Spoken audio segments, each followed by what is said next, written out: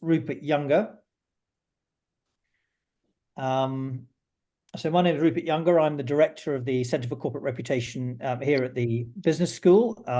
I've been at the Business School in Oxford now for 16 years, and I'm also in the Senior Common Room, a sort of Oxford expression for your intellectual home, at Worcester College, Oxford, which obviously I'm biased. It's the most beautiful college in Oxford, but then I would say that, wouldn't I? Anyway, it's a great pleasure to see you all here. A huge and warm welcome to the 2024 Corporate Affairs Academy cohort. Congratulations for being admitted. We're really looking forward to working with you over the next few months. And we've got a really exciting and interesting lineup this year for you, both in the pre-work that we're doing before July. We also have a fantastic week now structured for you in the first week of July.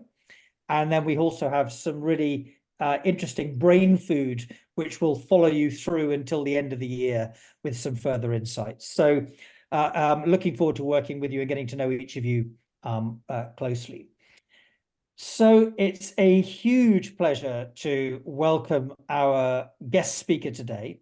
So Laura McHale is a leadership psychologist, a lecturer, an author, and a consultant, and she specializes in neuroscience, communication, and organizational culture.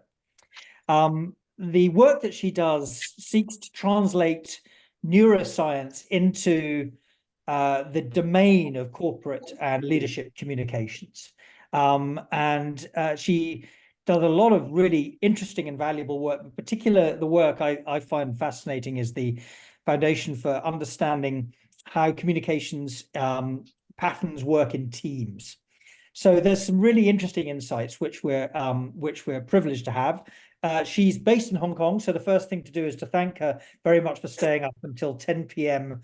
her time to engage with us today. And she's also been, in addition to being to her PhD and her academic work, she's also worked in the corporate communications space for many years as a corporate affairs director. So she is of your tribe, if I can put it that way. Having worked in financial services, both in the US and in Asia Pacific for major big financial services organizations, including Deutsche Bank and UBS. So Laura, it's a huge pleasure to have you with us. Thank you very, very much. Before I hand to you to introduce us to the key concepts in the book that we're going to discuss today, let me just tell everyone how it's going to work. So we have 1 hour. We're going to be finished in 55 minutes.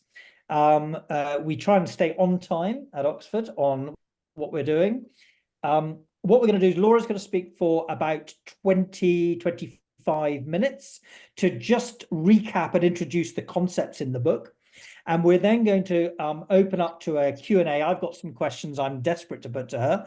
But those of you here, please do either raise your hand using the reactions button on Zoom. I think everyone hopefully knows how to use that now after years of COVID. Or alternatively, just put your hand up and I will seek to try and come to you. But please try and use the reactions button at the bottom. I will just show you how it works now. I'm raising my hand there. You can see. So, and once you've asked your question, lower your hand. So that's how we're going to work. So with that, I'm going to hand straight over to Laura. Laura, thank you so much for being with us, and over to you to just summarize this fantastic book. Oh, thank you so much, Rupert. And I'd also like to thank Marketa and Carrie and Clara as well. Thank you all so much for your inviting me to do this with you today. This corporate affairs program, this academy that you guys are participating in, looks just amazing. It's the kind of thing I would have sunk my teeth right into as a former comms professional. And talking to, when Rupert said, you guys are my tribe, it is absolutely true. Talking to corporate communications and corporate affairs people is some of my favorite stuff to do. I have a theory that most people who work in communications are behavioral scientists in some way, especially because they tend to use a lot of do a lot of qualitative and quantitative analysis, trying to understand the audience, how communications land. There's actually a lot of social science that's built into that. Um, I wanted to set the stage for our discussion tonight with just some kind of general context setting. Because part of the reason that I wrote the book is because I think this is such a pivotal and important time for communication, organizational communication. When I do trainings on neuroscience or as part of my corporate communications programs, or even with some of my executive coaching, I'm really interested in the psychology of what's actually happening with corporate comms right now.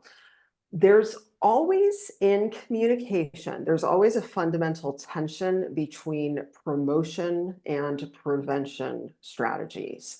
And when we do promotion because we want to promote our companies, we want to proactively communicate the value proposition, we want to be seen as trustworthy and transparent. And if we look at it from the employee side, we want employees to like the company, to be loyal, to be engaged. Employee engagement, of course, being something of a holy grail in organizations, notoriously difficult to measure and notoriously difficult to ensure that there's uniformity, that everybody understands what it is. But we want all of these things to happen. So we engage in all of these promotional communications, and they're great. The problem is that we also have this prevention strategy.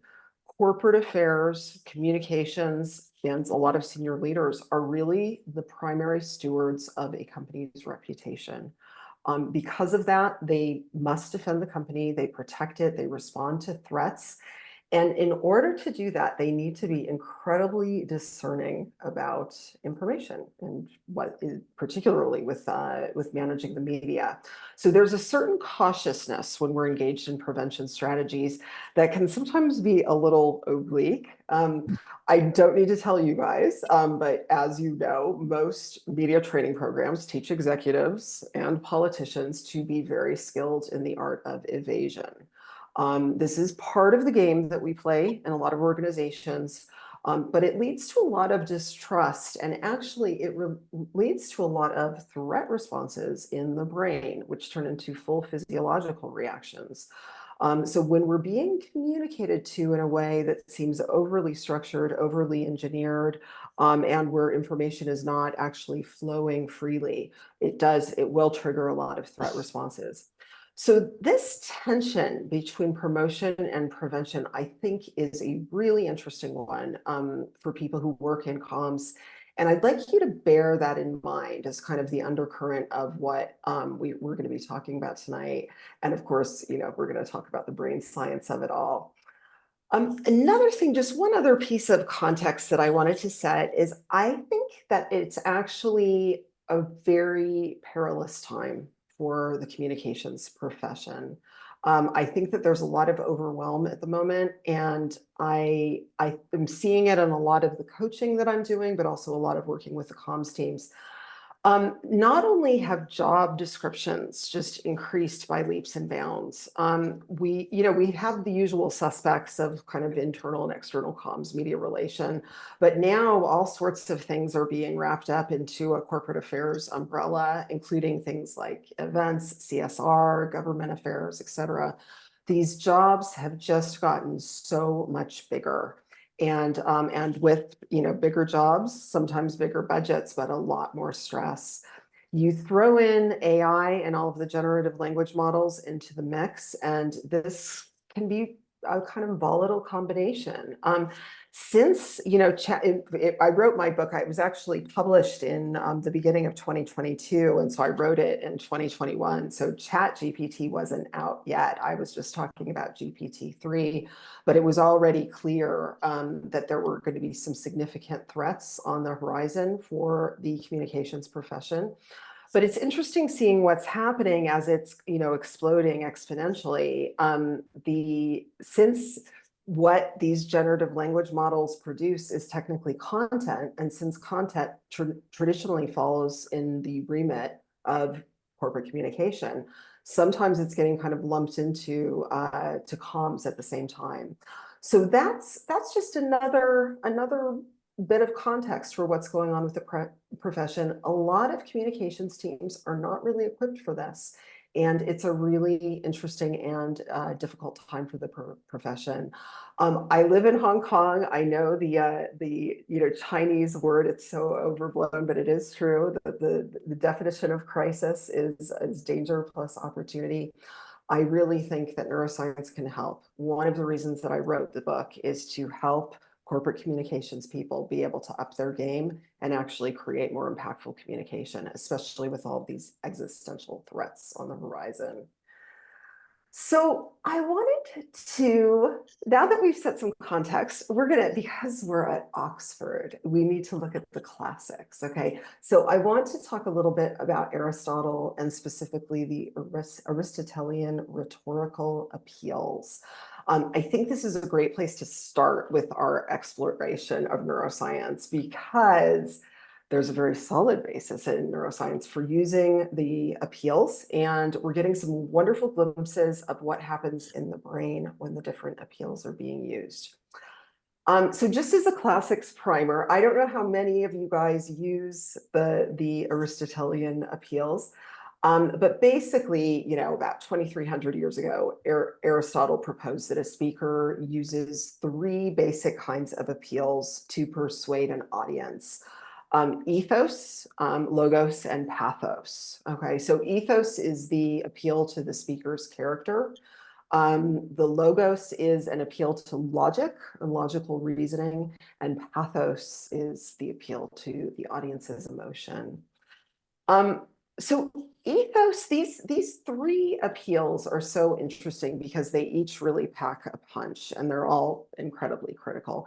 Ethos is really about the authority, the gravitas, the credibility of the speaker. Ethos often also references a shared moral identity with the audience. So, you're in the audience, you're like, okay, do I get them? Do we get each other? Are we on the same page? Do we have similar values? Do we have an underlying worldview that gels? You are all right now evaluating me as a speaker. You're trying to figure it out. Is Laura on the same page as me? Does Laura seem to know what she's talking about? Does she have credentials? Are those credentials believable? All of these things matter incredibly in ethos. And by the way, whenever you're hearing neuroscience in the title of any talk that you attend or anything you read, really be a very discerning consumer. There is so much neuromania and neuroquackery out there at the moment. I've met a lot of people, coaches who've taken one course in neuroscience and passed themselves off as, as neuropsychologists and the like. And I've also heard just brain science being just completely taken out of context and a lot of quackery attending it. So I encourage you to use your powers of ethos when you hear any speaker on the subject of neuroscience. But these credentials, this belief in the credibility and competence of a speaker is actually backed by reality. In neuroscience, we have found out that when we hear or learn information from people we deem to be experts, we are far more likely to remember it. There's a much larger degree of hippocampus engagement. The hippocampus is the part of the brain that's most associated with memory, the seat of memory. So in this program that you're doing right now, you're going to have a lot of hippocampal engagement because you're going to get a lot of experts talking to you. So that's ethos. Logos is about logic and reasoning. And for logic and reasoning, this is really the prefrontal cortex of the Aristotelian appeals. Reason, meaning, soundness, making sense. Now, logos is different from ethos in that we are focusing more on the content than the person. So with ethos, we're more on the person. On logos, we're more on the content. So this is really the home of a more detached analytical skill and reasoning. Pathos is about, I'm going to get a sip of tea. Mm. I'm getting over a cold at the moment, so I'm glad my voice is doing as well as it is. Pathos is about an emotional appeal to the audience. So pathos is all about connection. It's about humanizing our interactions, being persuaded in anger, being persuaded in grief, in humor, in love. As we all know, pathos can be an incredibly powerful appeal, but one has to tread carefully. Pathos can easily be overdone and manipulative, which can inspire cynicism, even revulsion. Now, psychologists have long observed, looking at group behavior in context, that affect is contagious, emotions are contagious. So psychology actually explains pathos really well. And from a neuroscience perspective, we're getting insights into pathos and what's responsible for that contagion. And the answer is probably mirror neurons, in that our neurons do tend to mirror one another. Not only people that we're physically close to, do you start moderating each other's blood pressure and heart rates, but emotions, actually our neurons do fire in reaction to other people's emotional states. So we see from that just how powerful pathos can be.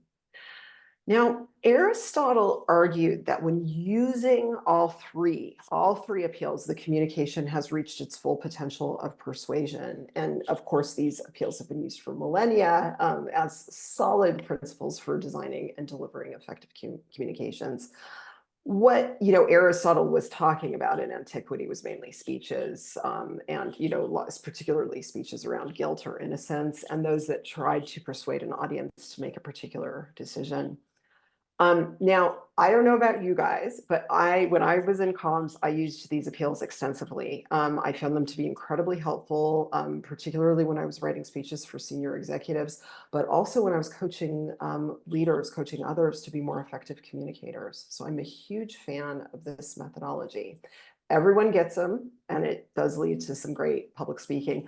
I've even seen studies of the Aristotelian appeals being used in social media posts that go viral. And there is a case to be made that, it works for social media as well. So when I was so I'd always used Aristotle, but when I got into my doctoral program, I noticed something really cool. And this is where Aristotle kind of met my book.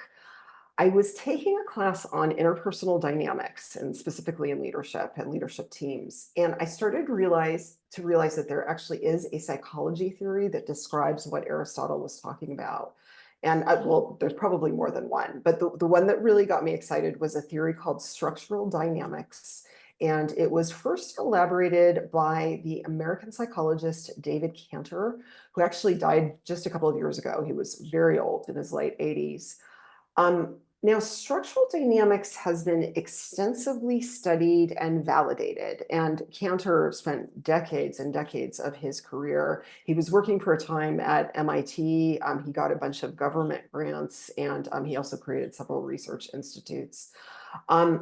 One of the things that Cantor did that has been very powerful for me in my own study of communication is explain the psychology of communication in groups.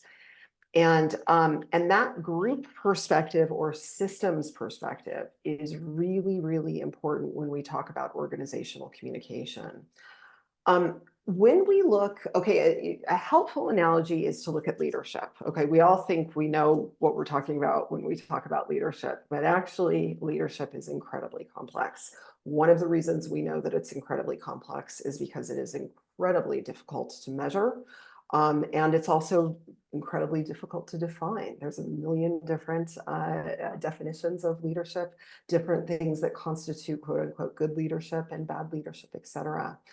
But when in studying psychology, leadership psychology, we understand that leadership is actually not just in the person of the leader. It's not just a set of individual traits and behaviors that an individual has or adopts and that imbue them as a leader. But we look at a system of leadership. And as a system, we're looking at a co-created process between leaders and followers, and something that is continually being negotiated and renegotiated.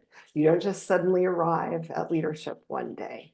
You constantly are renegotiating it. The system itself in leadership, the context, the mood, the salience of leadership presence or absence, and the continual reappraisal of these factors. All of these systemic factors together contribute to what leadership actually is. So we're really moving from that definition of leadership being invested in the leader and looking at a system. The systems perspective makes everything very complicated. Okay, and I mentioned before, measuring it, leadership assessments. You guys are all very senior in your organizations. You may have taken a few in your day. You may have taken Hogan, MBTI, et cetera. One of the reasons that they can be good approximations, and I'm a huge fan of Hogan personally. I love Robert Hogan's research, and I found that assessment to be pretty good. I use that quite a bit in my work. But at best, it's just an approximation of how a person might be showing up in a particular context. It's sort of a shadowy impression of who you are. The same thing is true for communication.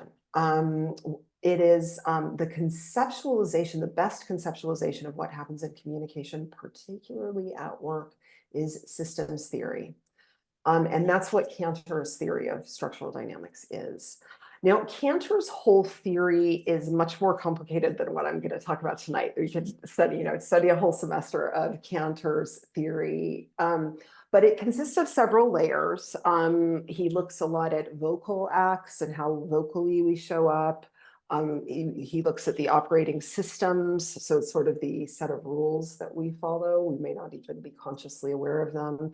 Cantor talks a lot about the invisible reality that kind of governs all of our interactions with each other. Some of this has to do with childhood story, so the way that we were reared, the story of imperfect love, as Cantor called it.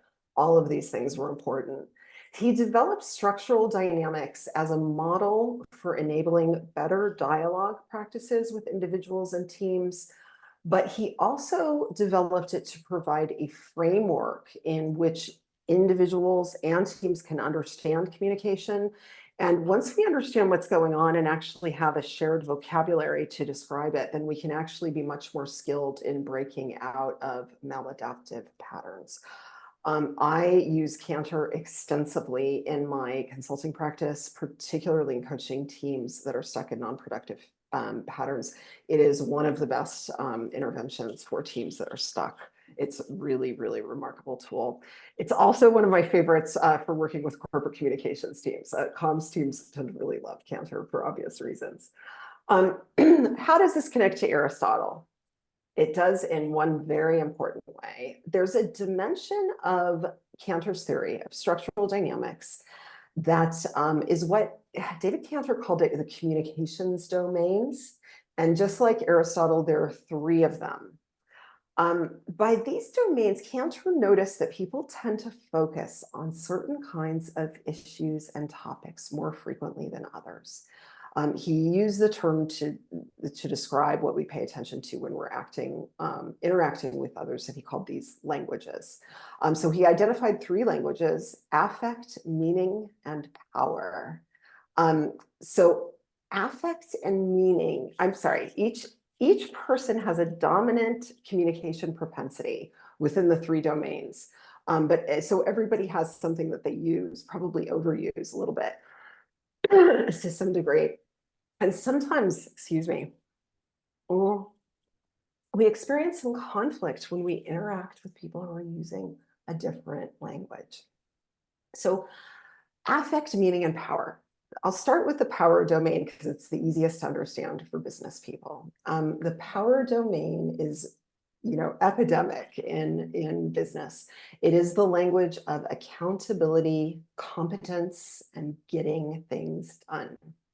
When people are communicating in power, these are the things that they are most focused on.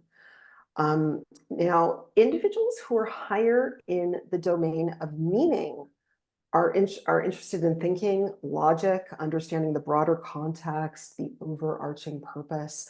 Meaning, of course, is very common in academia. And indeed, this academy that you are doing right now, that you will be doing over the next weeks and months, will mostly be in meaning. You'll mostly be communicating in meaning. One of your challenges, especially for those of you who may not be high in meaning naturally, is figuring out how to translate that meaning. Probably you'll need to translate it into power. And by that, I mean translating what you learn here at Oxford into strategies that deliver business results and that will lead to measurable improvements in your performance and your outputs. So just in that statement right there, I'm kind of reframing meaning into the context of power. Now, for individuals who are highest in the third counter language, the domain of affect, in this particular language really focuses on emotional connection and trust. Affect people, many psychologists are among them, tend to focus on the relational realm. And it's not just because they want to, sit around the campfire singing Kumbaya. It's because people high in affect genuinely believe that relationships are critical to the entire human project. Individuals high in affect can sometimes be surprised and very disillusioned when they're encountering high meaning and high power people, because it feels a little cold and impersonal to them. A lot of individuals who are wrestling, if they're feeling very high affect and existing in very high power or high meaning roles or institutions, can actually find a little bit of a mismatch there unless they're able to kind of dial up the power or meaning. So we have Aristotle and we have Cantor. You may notice, as I did, that Cantor's communication domains are quite similar to the Aristotelian appeals of ethos, logos, and pathos. So just to remind you, ethos refers to the integrity and authority of the speaker, their standing, their qualifications, how they're showing up in terms of their expertise and their credibility. This aligns with the domain of power, with its emphasis on accountability and competence. Logos looks at the logical appeal of an argument, whether it makes sense, whether it corresponds to established knowledge, meaning systems, perspectives. This aligns very nicely with the domain, Cantor's domain of meaning, with this emphasis on thinking and logic. And pathos, of course, is concerned with the emotional appeals to the audience, establishing shared bonds, building rapport. This aligns beautifully with the domain of affect, which with its focus on emotional connection. So in some ways, you can see these ideas in everything. Rupert and I were talking just before this session, and I did my master's degree in international affairs. And when I studied international affairs, there's kind of different theories. You have realpolitik, you have liberal institutionalism, you have all the critical theories, feminist, Marxist critiques of international affairs.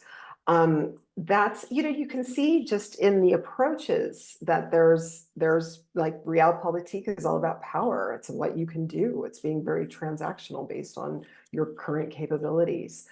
So you see a lot of power. If you think about think tanks and international affairs that do extensive research and analysis, they're all about meaning.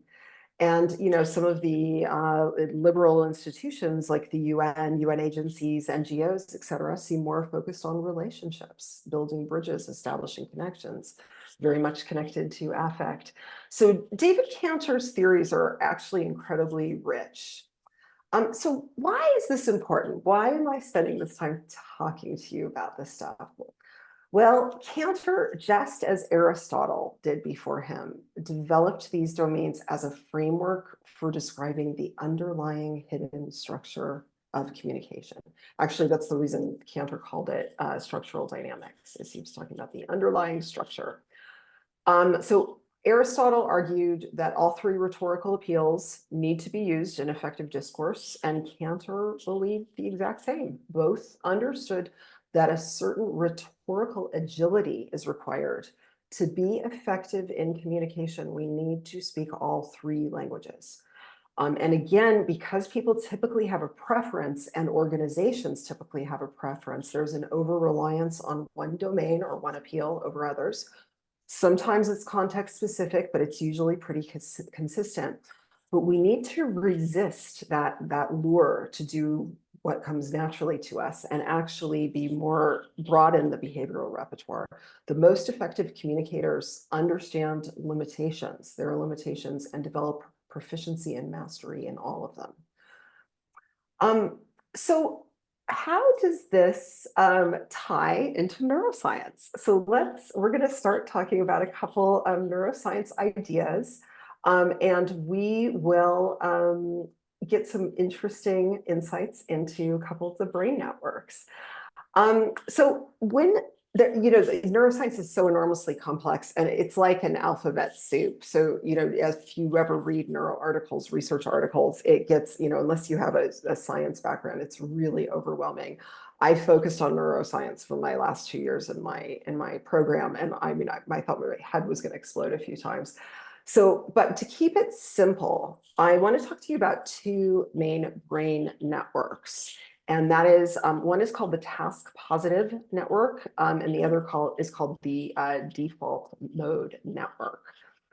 Now, many amazing findings from neuroscience in the past decade that enable us to understand the implications of neuroscience in organizations is due to advances in imaging technology.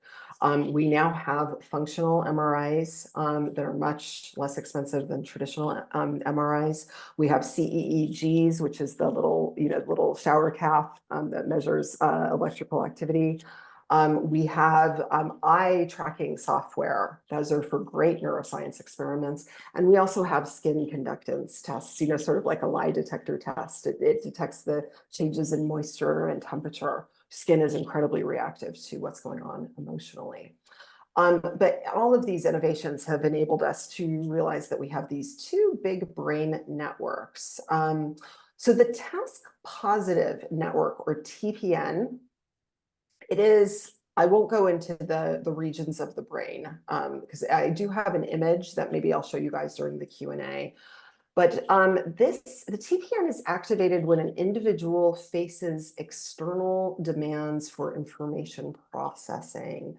I know that makes it sound like the brain is a computer program, but in some ways that's exactly what it is. We are enormously complex information processing machines. So, for example, if we're doing analytical tasks, if we're trying to solve math problems, if we're trying to memorize things, if we're trying to analyze data sets, it activates all of these regions of the brain that are part of this task positive network, or TPN.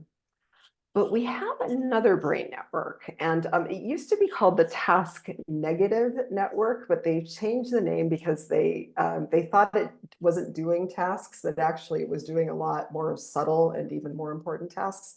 They now call it the default mode network, or DMN. I'm sorry, there's a lot of acronyms. The TPN, this is the DMN. When we go into more passive periods and periods of repose, like when we're not actively trying to solve problems, the TPN kind of shuts down and the DMN is activated. There's a lot of different parts of the brain. And again, these aren't the interesting things with these two brain networks. They're not localized in particular parts of the brain. They each, if you look at the coloration of them, they're kind of all spread out, but they don't overlap. The DMN is still pretty mysterious in neuroscience.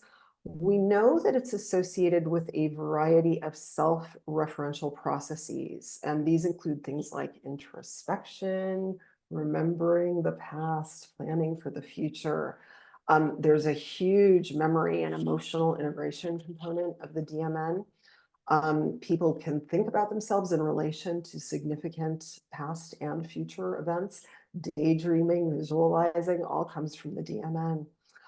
It's also what enables people to understand other people. Most of our sense of empathy comes from the DMN. Which empathy, by the way, is of course a critical skill for leaders and communicators alike. These two networks, the surprising thing with them is that they have very little overlap, and actually they suppress each other. In neuroscience, they call that an antagonistic network.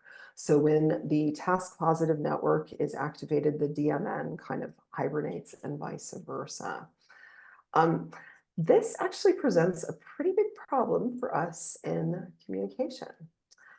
The reason is because business high in power, if you use Cantor's structural dynamics, has an almost myopic focus on activities that activate the TPN. We have a crazy TPN bias, which has huge knock-on effects across our organizations, especially for communication. And the methods by which we typically communicate in organizations are implicitly designed to activate the TPN.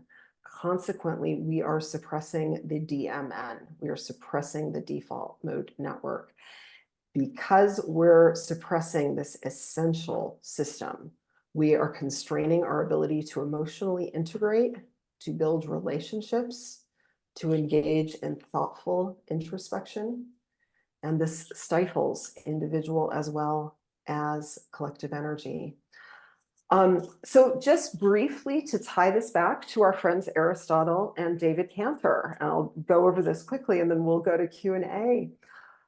It's quite likely that the TPN, the task positive network, and the default mode network can be activated by different communications domains.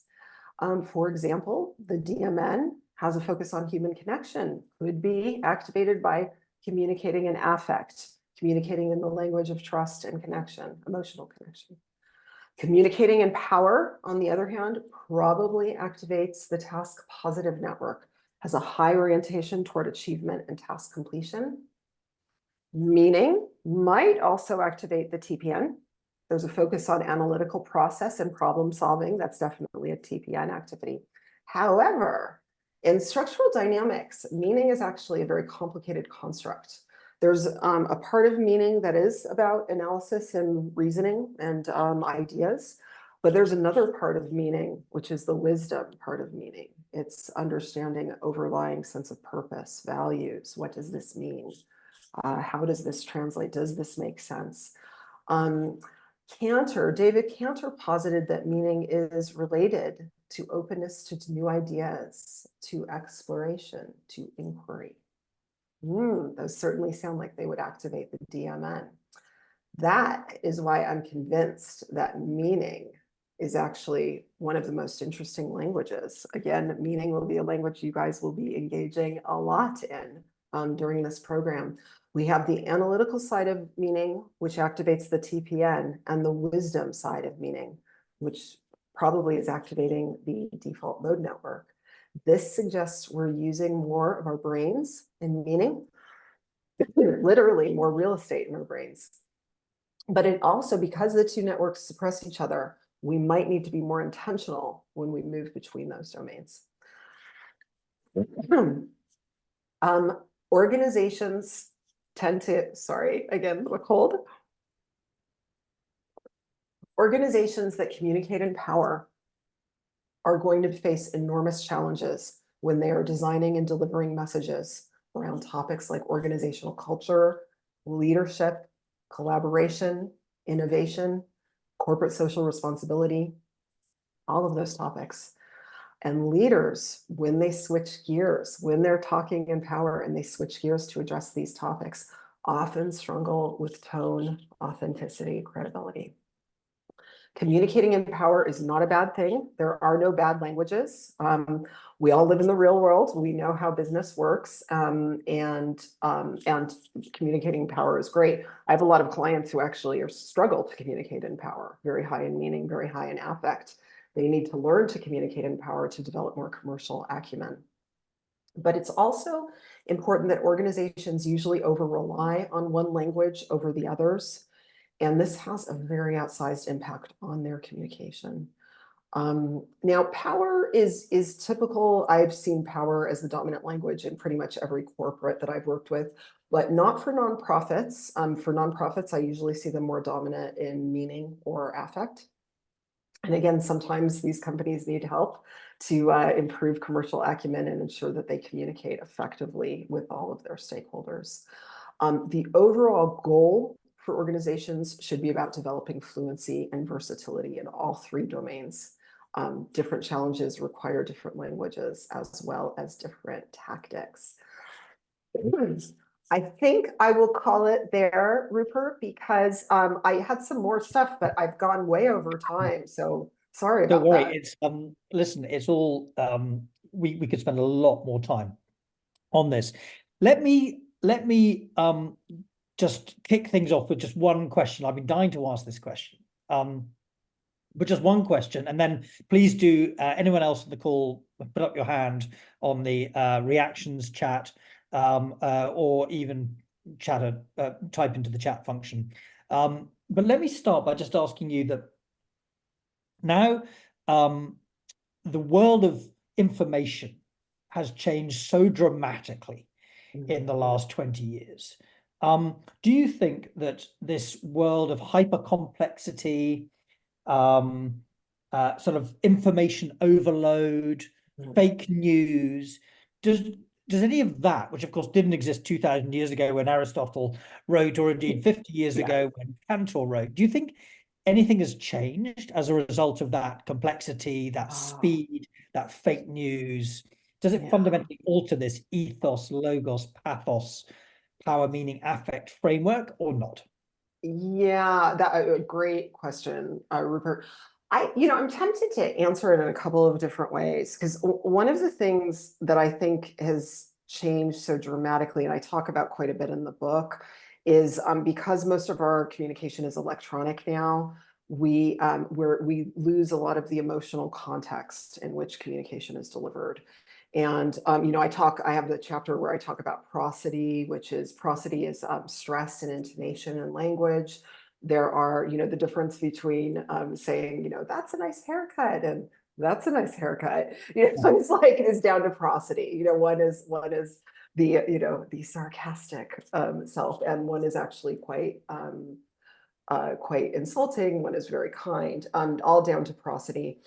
Now, there's all kinds of traumatic brain injuries that cause people to develop what they call aprosodia, which is the inability to detect prosody. And you can imagine that's a really significant deficit to have. Okay, if you cannot hear the difference between kindness and sarcasm, it's a major social deficit. But I argue that with our over-reliance on electronic communication, we're actually creating kind of an organizational and occupational aprosodia, because we are getting so much information that's just focused on written words. And as I did comms forever, we obsess over every word in our press releases and our emails and executive comments, et cetera. And it is oftentimes devoid of emotional context. Now, we know in psychology, people have disproportionately emotional reactions to email and social media than they do from face-to-face communication. Now, sometimes there's a few different theories. Sometimes it's because of a general toxic online inhibition, in disinhibition, sorry. Some of it's due to the anonymity that you can have hiding behind a screen. Some of it's due to the lack of eye contact. We know that communications do tend to be softer when we look at people in the eye.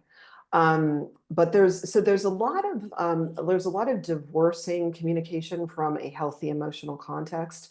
That did not happen in Aristotle's day, and we are losing that. Organizations are also so big now. The reason that we use so much email and send so much email is because we just literally do not have time. Leaders do not have the time to visit every single person, every single office. So it makes a lot of sense, but we lose a lot when we don't have that interpersonal interaction. But yeah, in terms of misinformation and everything, wow, it's a really, really tough time. Really, really tough time. Great. So William has made a comment online. I don't know, William, if you want to add anything to this, but you mentioned that you've just changed the comms channel, and you say that you actually think both theorists are correct. Do you want to add anything to that before I move to Vanessa?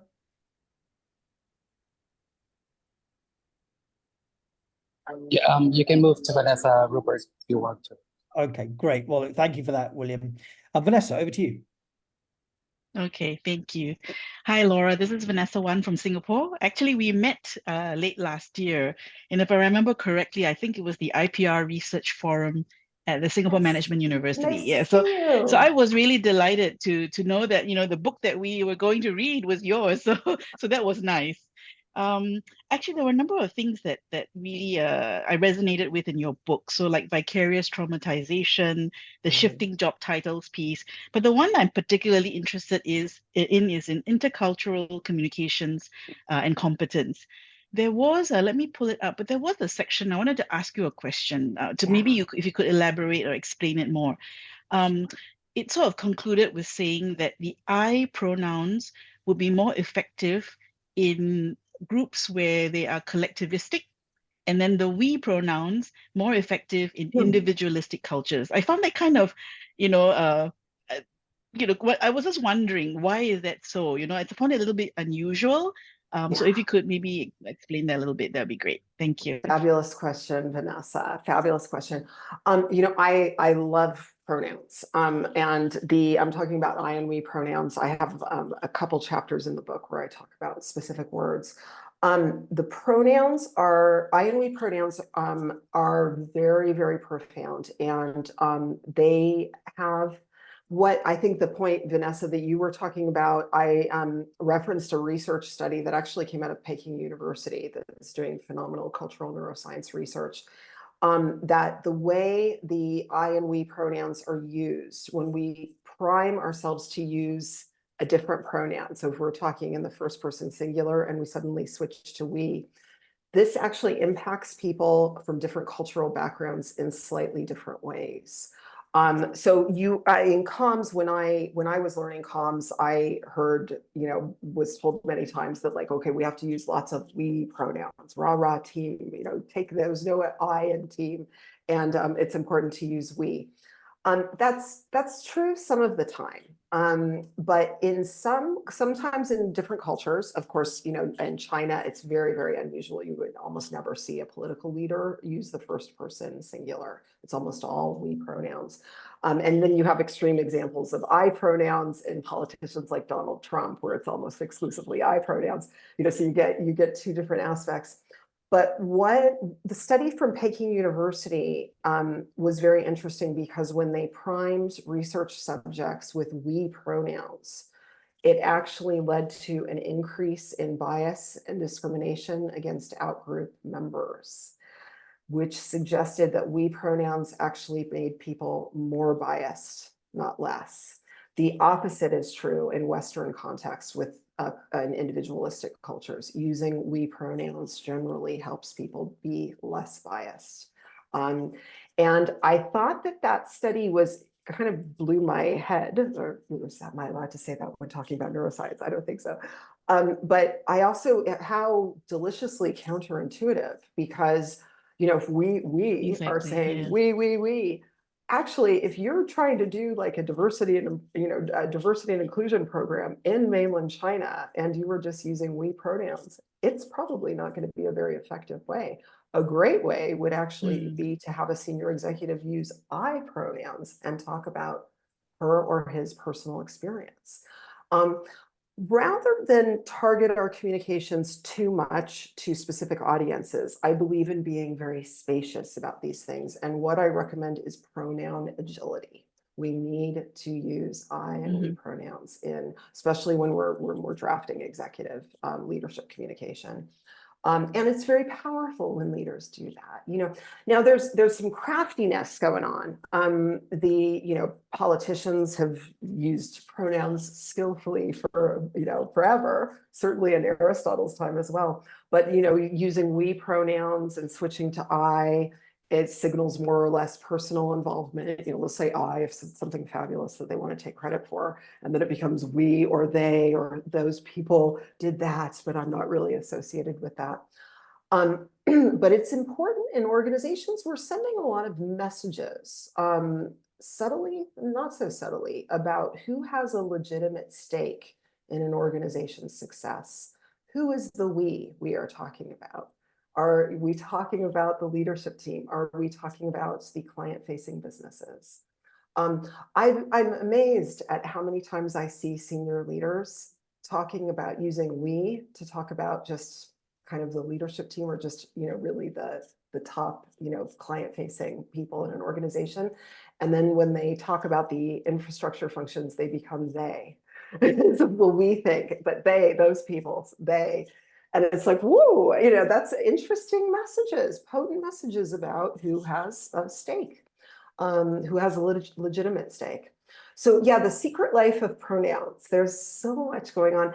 And Vanessa, I will email you, or you can email me, because I'm going to be doing a one-day training in Hong Kong and also in Singapore in May. So I'll let you know, because I go into great detail on pronouns. So if you like pronouns, check it out. Okay, thank you. So, Thanks, Laura. yeah, great question. Laura, you Yes. have your hand raised. Hi, I'm one of the other Lauras. I think there are three of us, so it's good to see you. Thank you so much for your reading and for your explanation this morning.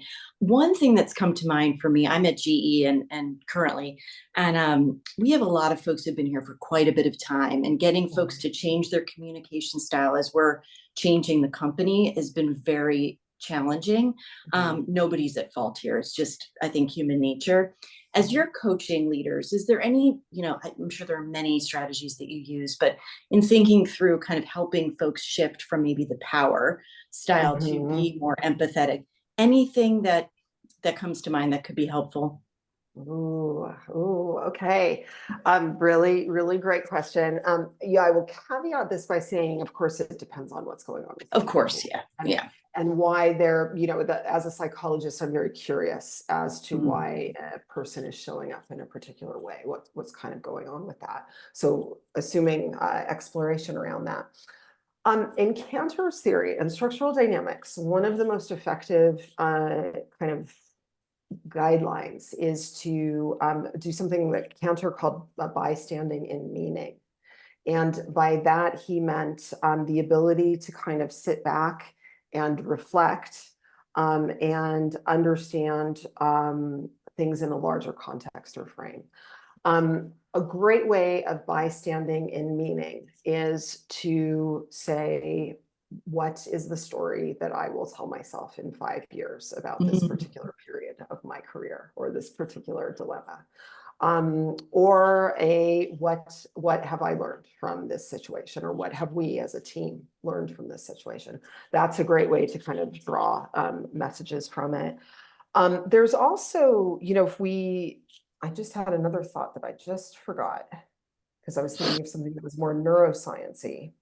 Oh, okay, when I was talking about the default mode network and the introspection, that is a really important area.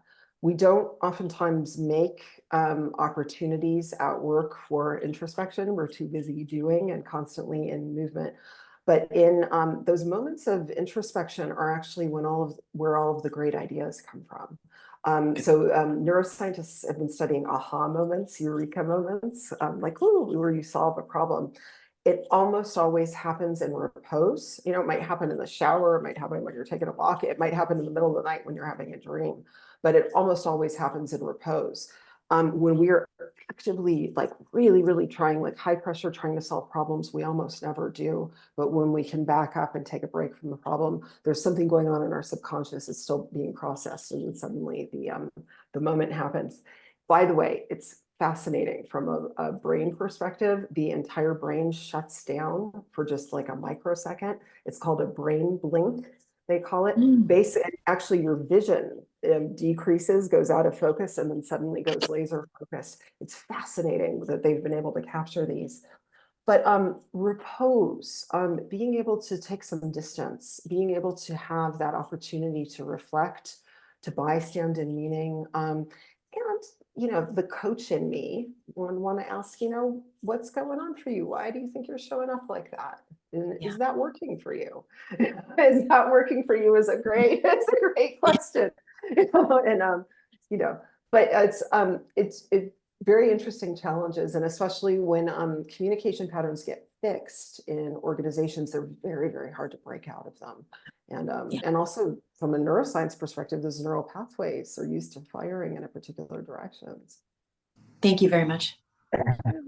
So we've got another 4 minutes. So we've got Asmar has a question. So let's get through that, and then we'll see if there's time for one more after that. And then I think we're going to have to wrap it up. Asmar, over to you. Thank you. Hi, Laura. Good to see you. I was also at the thing that Vanessa was in. Hi, Vanessa. Nice to see some night owls from APAC up here too. Yeah.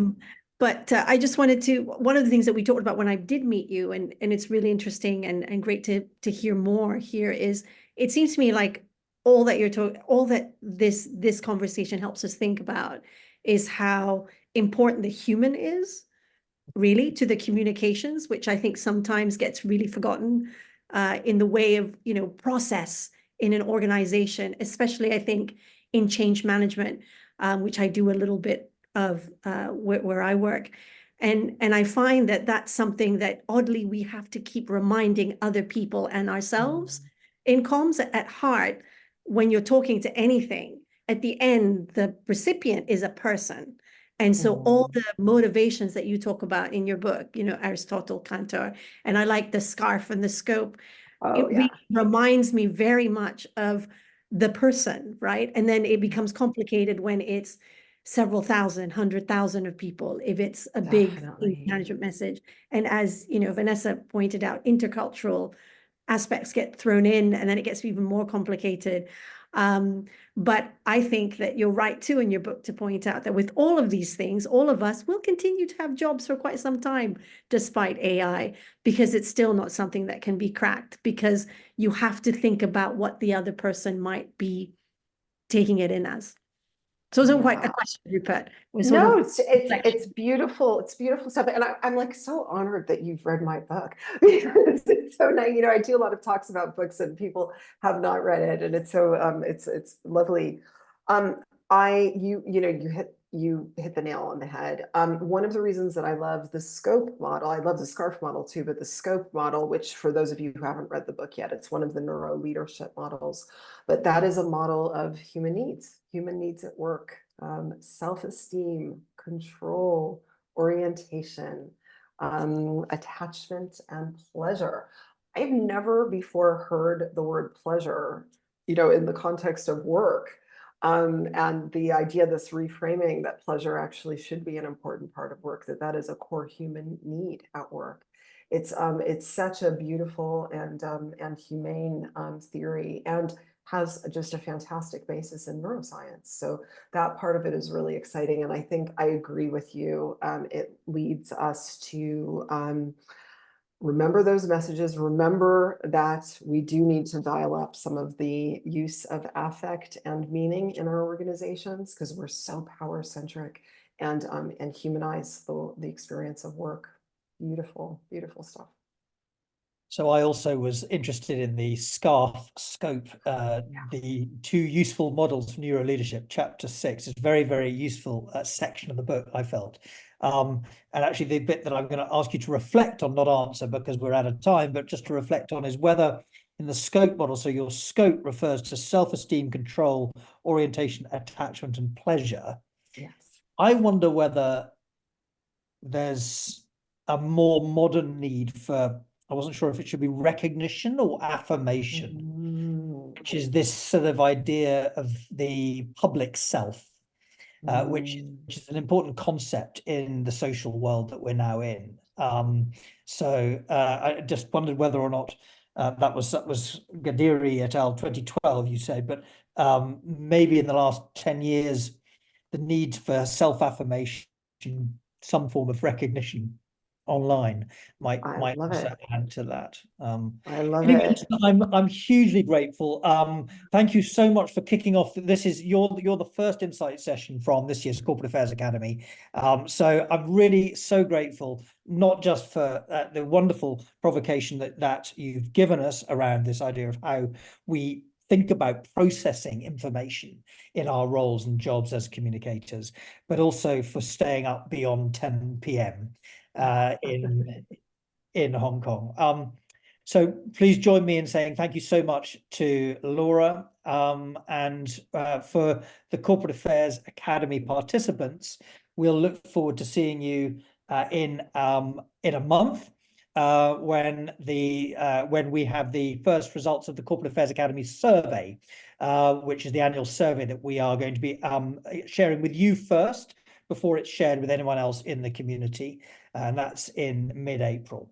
For those of you who haven't seen me post about it, there's another talk happening on Wednesday this week, which is not officially part of the Corporate Affairs Academy, but I would encourage you to join if you can, because it's extremely relevant to the work that you're doing. We're hosting Professor Colin Mayer, who is talking about his book, Capitalism in Crises. And Colin is a public intellectual, fellow of the British Academy, a very esteemed academic here at Oxford, and his book is a really interesting challenge around the future of capitalism. So please do join us on Wednesday at 2 p.m. GMT, if anyone is ready for that. But otherwise, we'll see you all in a month. As it is, Laura, thank you so much, and enjoy a very well-deserved evening. Thank you so much. Great to see you all. Thank you. Thank you, Laura. Thanks, Rupert. Thank Bye. you. Thank you. Thanks, everyone. Bye-bye. Thank you. Goodbye. Bye. Thank you. Bye-bye. Thank you. Bye-bye.